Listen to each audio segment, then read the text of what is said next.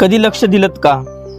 वडील सकाळी किती वाजता उठतात आणि सूर्य उगवण्याच्या अगोदरच शेतात जातात आणि आपण उठायचं, मोबाईल पाहायचा आणि उद्या अभ्यास करतो म्हणून अभ्यास करायचाच नाही.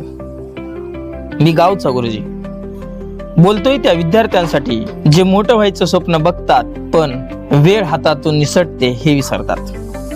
मित्रा, वेळ थांबत नाही, ती जात राहते आणि जे वेळेचं मूल्य ओळखतात तेच पुढे जातात.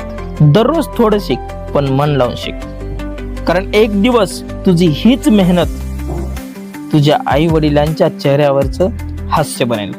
मोबाईल मध्ये वेळ घालवण्यापेक्षा घड्याळाकडे बघ आणि स्वतःला विचार, माझा वेळ माझं भविष्य घडवते का वाया जाते? वेळ गेल्यावर काहीही करून परत मिळत नाही. म्हणून मित्र, आजपासून ठरव, थोडा वेळ अभ्यासाला, थोडा वेळ स्वप्नांसाठी आणि थोडं मन आपल्या पालकांसाठी.